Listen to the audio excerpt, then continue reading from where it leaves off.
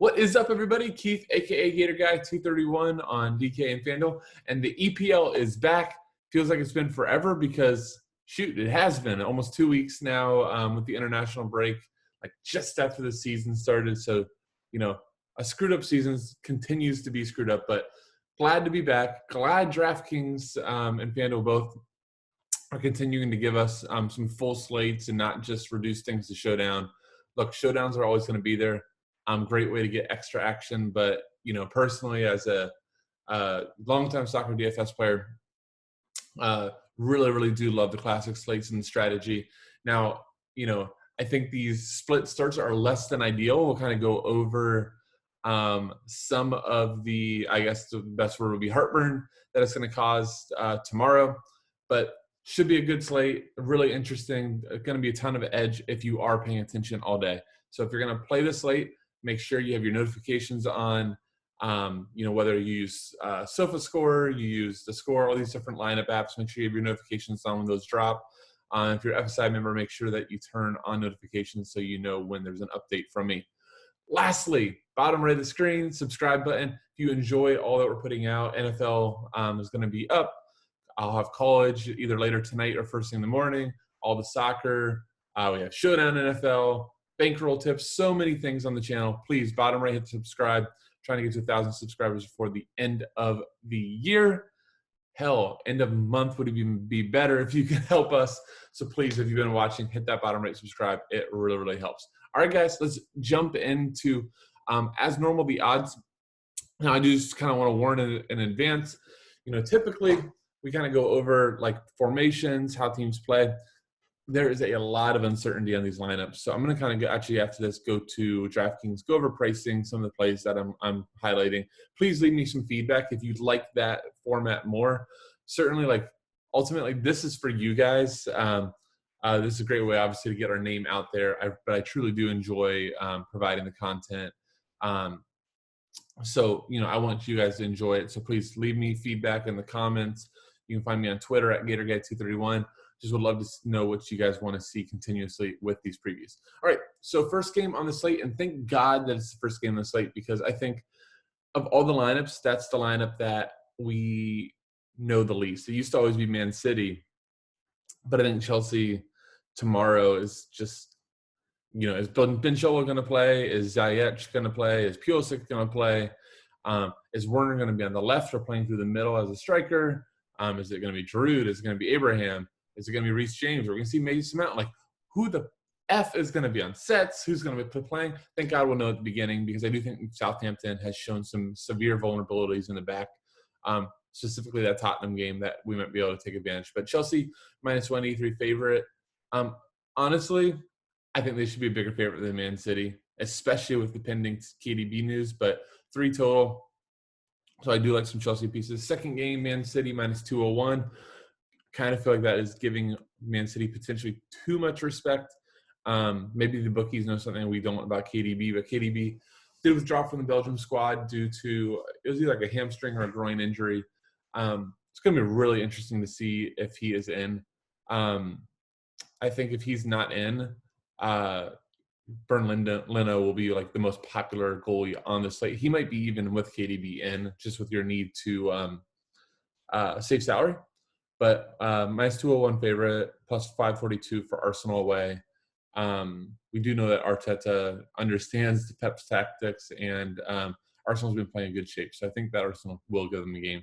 Finally, last game of the slate, which really only has 1 to 2 lineup shakeups that we'll go over. But Man United, struggling Man United, -138 away to Newcastle. That is the lowest total, and say at about 2 3/4. All right. I'm trying to think how I want to do this. All right. Before I even get to player pro, let me just talk about some of the shakeups. So let's talk about Chelsea, what we might see.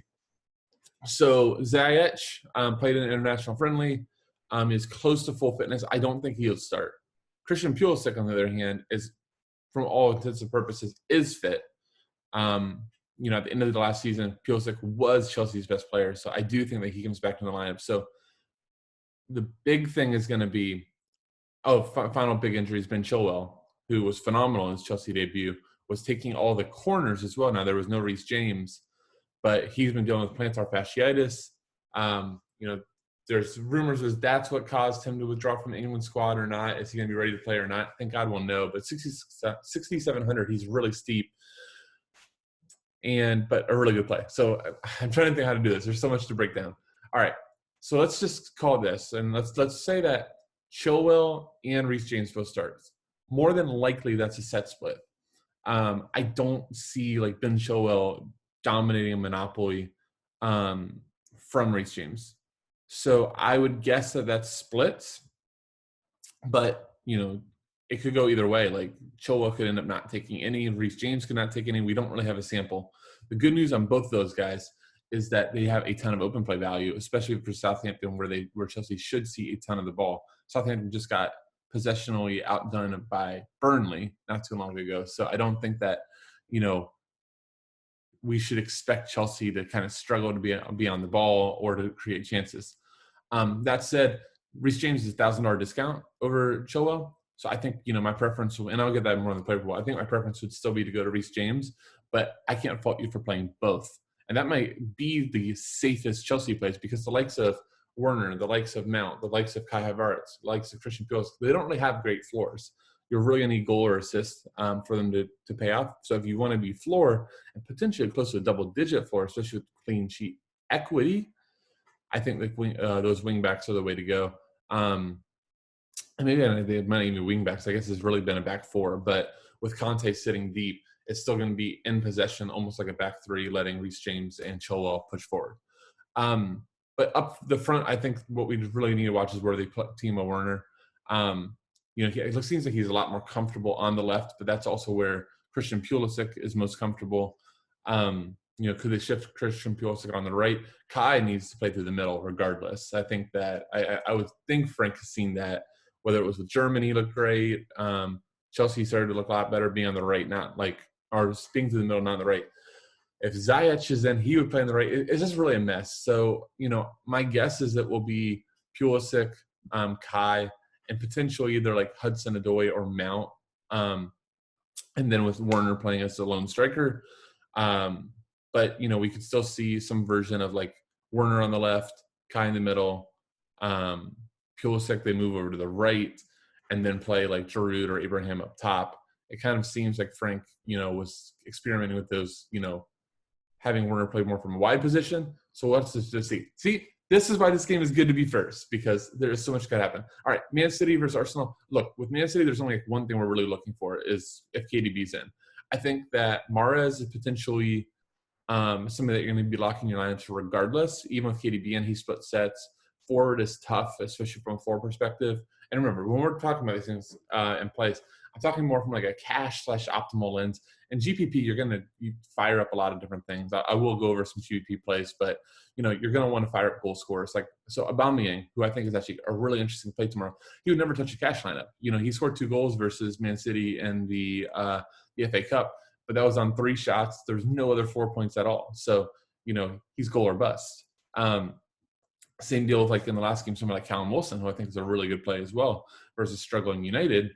But are you going to be in a cash lineup? Probably not. So we're looking for KDB. If KDB is not in, I think that more than likely you're going to fire up both Mahrez and Gundogan. Assuming he's in at 4K, he's a little underpriced. Normally we're going to see him at like 5,500 up to 6,500, and he would more than likely split sets with Mahrez at 4K. I think that's going to be hard to pass on. The other big news will be if Aguero plays. Look, I've looked at a lot of things. I don't think that he starts by any means. Sounds like he's more sub appearance. So, depending on who starts, whether it's like Ferran Torres, if it's Foden, those guys, maybe you want to, bump down a little bit. I don't know if I would be playing any of them in cash, but with Aguero on the bench, more than likely those would be the person that would be sacrificed to get Aguero in. Shift like Sterling out from being in the middle over to the left, play Sterling to the middle, Aguero to the middle, and you're going. Arsenal, I don't really think there's a lot to watch on them. Like, we're going to know the line. We know what they're playing, and honestly, the most cash viable Arsenal piece is the goalie tomorrow. Finally, Man U, really only a couple things to go over. Martial suspended, so you're probably going to see a Gallo start, or Rashford kind of goes through the middle. And then they bring in Daniel James. I don't think that you're playing Daniel James in cash. Like, he's just a sub risk and just kind of doesn't look that good, especially with Bruno. Bruno to me will be like the lock of the slate. I know that this might sound crazy, but I have Bruno over KDB as top overall play. I just think that despite we saw like Luke Shaw take a random corner, we've seen Greenwood take a random corner. Bruno just is over everything, whereas KDB actually is splitting with Mahrez, which lowers his floor. He's going to be the focal point. And I just like the matchup versus Newcastle a lot. Despite Man United struggling, there's actually a chance that they could fall behind, really open the floodgates for Bruno Fernandes, who, since you've been in the EPL, it's like a walking 20 DK points week after week. So I'll be locking on Bruno. All right, let's kind of just go to some plays. I think I've touched a lot of them, so this might not be terribly long. I do want to make this video not too long. So again, I think that most people are going to lock in Riyad Mahrez for cash. He'd be kind of a core play for me. Probably the best floor of any forward on the site. Splitting sets. We do know that Arsenal versus Man City is going to play very much on the counterattack, so it is going to open up some DFS goodness for Man City. So again, I think Mahrez is kind of the free square. Now, depending on how you feel about Man City, you could easily go and lock in Raheem Sterling. I think that I'm more apt to look at a Chelsea piece for my second forward. So whether that's Pulisic, whether that's Werner, if you're making lineups right now, just go ahead and put in Pulisic so that you have that extra $200. So he's not in. You can easily swap down to Werner. I think like the likes of Giroud or Tammy Abraham are purely GPP. And really the next grouping is all GPP. So Aubameyang, I really do like for tournaments. I don't think he'll carry a ton of ownership, especially since he hasn't been like all that great. So soccer is like I was talking with my NFL guys last night about like game log watchers and how like Chase Claypool, a couple years ago would have been, 30% coming off of 4 touchdowns. And he might not even like touch 5 this week because people just don't look at game logs. They do in soccer though. So Aubameyang kind of struggling so far this year. I think it will lower his ownership even more. So if you want a very low owned play, and we know City's likely to concede the way their defenses look. So I think more than likely to Aubameyang. You would much rather play Aubameyang or Lacazette over like Willian. It's like what I said versus Liverpool. You are not playing in like a big dog or a team that's going to dominate possession. You don't play the set guy versus them. You shoot for the goals. So Lacazette, Aubameyang are Arsenal's routes. Can Willian show up with the goal? Of course. I just don't think that it's worth paying for him. Pay for a little bit more goal equity. Rashford, I guess, is in play. He's been, to me, we used to play Rashford because he would take an occasional corner, throw in some sets, and now even like when he's playing as a wing, he's a striker. So, you need a goal for him to pay off. It's up to you. Like if you kind of want to just have flexibility, put Rashford as your second forward. Is he that much worse than Pulisic or Werner? I think he is personally, but if you don't think it's a huge difference, lock him in. A little cost savings there gives you some freedom throughout the rest of the day.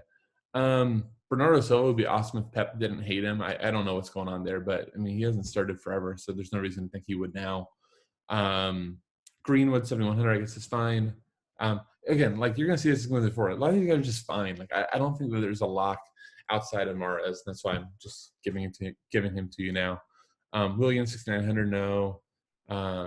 Pepe is not going to play, not in this game. Callum Wilson, I think, is really interesting for GPP. He's been great for Newcastle. What is he up to? 4 goals now, I believe. 4 goals and assists. Coming off 2 goals and assists versus Burnley. A goal versus Tottenham, which is very misleading because that was like the 97th minute. It was a PK. There's no floor on Wilson. I guess that's what I want to tell you. Like if you're looking at the logs, like, oh my God, this guy's only 6K. There's no floor here. He's got to score. But United's looked very, very leaky at the back. We do know like Harry Maguire.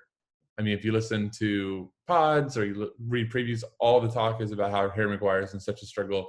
It's not like he has somebody to cover him too. Like Lindelof and Bailly or whoever else they try to put beside him ain't exactly going to all of a sudden cover up the defensive woes. David De Gea is not like helping things out at all. I saw a stat not too long ago that David De Gea is like, it's like I don't remember the exact name of the stat, but it tells you how many goals they're saving, like versus like a normal goalie would save, and then what is an extraordinary goalie doing. So are you saving like 4 or 5 goals over the course of the season? Last year, like David De Gea did not save any goals over expectation. So it's like every goal that was expected to be scored against him was scored, and everything that they thought that he potentially could have saved to help things, he didn't save. So it's not like he's all of a sudden, vintage De Gea where he's stopping goals that shouldn't be there. No, he's just bang on average right now. So I think going down, I think Miguel Almiron, if you just want like a cheap punt, he always gets, like 6 to 8 DK. So I think that's very playable. I've just never been an Almiron guy. Maybe I should be more, but 8.2, 6.9, 7.6. That West Ham one is with an assist in there, but he only played for 5 minutes. First full 90 versus Spurs was 7.6 DK. Issue with Almiron, there's no guarantee, I guess he's going to play, but no Richie, he should. But, you always have a worry that maybe he doesn't, and hell, you might not have anybody down here. I think that's about it. Joelinton, Carroll, I guess, like YOLO. But again, I don't want to worry about Newcastle's lineup tomorrow. I don't want to go, oh my God, Almiron didn't start or Joelinton didn't start. What am I going to do? I got to play Andy Carroll. I'd much rather just trying to think the right way to say it, but my fate decided by Chelsea. I'm almost positive I'm playing a second Chelsea at forward. I just think that that's a good spot. All right, KDB at the top of things. I already told you that I much prefer Bruno Fernandes tomorrow. I don't have to worry about an injury bug with KDB. You don't have to worry about, is he going to play full 90, all those things. I know what I'm getting with Bruno, so I'm going to lock him in. I think, obviously, if you want to play KDB, you're at 4,100 left over. You're going to have to choose one of those cheaper forwards, but it is very doable. So, I think a lot of people want to start here. The other option, too, is if KDB's in, I do think that there's merit to dropping down from Mahrez. At that point, what are you doing at forward? Are you going to Chelsea like Pulisic and Werner? I think that's very viable. Maybe you, take a United piece. Even maybe like Danny Ings. I mean, Kepa's supposed to play goalie. So, and, Chelsea's backline definitely shows some weakness. Maybe like a Danny Ings for a GPP play, but I think it's a little bit harder. So I don't know. I think maintaining flexibility tomorrow is going to be huge so that if KDB is in, that you'll have the ability to play it. It might be a hot take, but even if he's in, I think that there's merits to the fade. And I think most people at that point would fade Bruno. At that point, I'm going to fade KDB. Yikes, right? Look, Mason Mount, I kind of just want to quickly just mention that the only way that you're playing Mason Mount tomorrow is if Reece James is not in, if Ben Chilwell is not in, and Ziyech are not in. At that point, you could go ahead and say Mount's going to take sets. But even at 7,300, I don't think he's a lock. We've seen him still only not generate anything outside of the corners. Whereas James and Chilwell have a ton of open play value. So I do think it's tougher, but that's something to watch for. If that's the case, I think it would be hard to avoid him as the second biggest favorite on the slate. Let's see at midfield. Anybody else stuff? Kai for GPPs. I think another interesting GPP play. I was going to say James Ward-Prowse for GPP. I think honestly he's actually more of a safety play. I'd much rather you go like Danny Ings, or even if you really want to be contrarian like Che Adams and just shoot for the goal versus Chelsea versus the sets. That's one weakness I have in my own game is, I start thinking about these different GPP plays, and so often I still gravitate towards the set guy versus the goal upside. ASM, really nice player. I think he's fine, supposedly from what I read, but there's a really nice cheap. I don't think he'll be owned in cash at all, even though he's cash viable versus United. But there's somebody that could really, really hurt United tomorrow if you wanted kind of a low own. He's cash viable, but definitely a GPP play. Pogba, I think we still need to wait and see. 5,000 is fine for him. I think Jonjo Shelby, though, is a really good cash/optimal play. He was still taking over Frazier. Matt Ritchie's out. So John Joe at 4,900 should be over monopoly sets. Still does a decent amount of open play, 2 tackles, fouls drawn, occasional shot. So I think 4,900 is fine. Much better play than my guy Danny Smooth. Jorginho should be really interesting to see the ownership. Jorginho, it's PK or bust. He's not going to do anything in open play. And let me see if there's anybody else. Oh, just, please make sure that you guys are watching for Ilkay Gundogan. If you don't see KDB and you see Gundogan, to me, Gundogan would be close to like a must play over some set pieces, having some open play value. Very, very solid play. All right. Defensively, I'm not going to click a man over here, but Chilwell or Reece James, I think you're playing one of them tomorrow. And, I kind of already went over that with the sets, but I think that one, if not both, are very, very much in play. Wan-Bissaka, I guess, is okay. He's not a great crosser, so you're overpaying for tackles. You can get that from somewhere else. We will get to the point where Alex Telles is a very good play. From what I've read, he's most likely not going to make his debut tomorrow. And so, let's not waste a spot on him. If you do want Alex Telles, lock him in. And then you could drop down to Bissaka if he wasn't to play. But from what I read, I think it's still going to be Luke Shaw for at least one more week. Alonso, if Chilwell isn't fit, very fine for 4,700. You could also see Azpilicueta over there on the left. I'm not a big fan of Azpilicueta when he plays on the left, especially for 5K. Bertrand is okay. Here's the thing. I want to just go on Man City fullbacks. There's definitely been a system change, and they are not bombing forward at all. They're not crossing the ball. I think that they're just a full fade for me. I would make the hot take that I would rather play a Man City center back like Ake or Laporte, who have goal upside off of a header versus these fullbacks right now. Just seeing if there's anybody else. Makio is 3,400. It's actually gotten forward a little bit. Jamal Lewis is fit. Those guys are cheap if you want some cheap fullbacks. But I really think that defensively, you're looking at the Chelsea guys, or maybe just kind of punting off this position in general. Well, guys, thank you all so much. Really hope that helps. Feel kind of rusty, after being off soccer for so long. The slates are going to start coming really fast. Next one that I definitely know I'll be recording is Champions League on Tuesday, so make sure you're looking out for that. May try to get something up for Sunday or Monday as well. Need to get back in the swing of things and, keep the soccer train running. Thank you guys so much for watching again. Once again, bottom right, hit that subscribe button. So helps so much. Have a good Saturday. See you.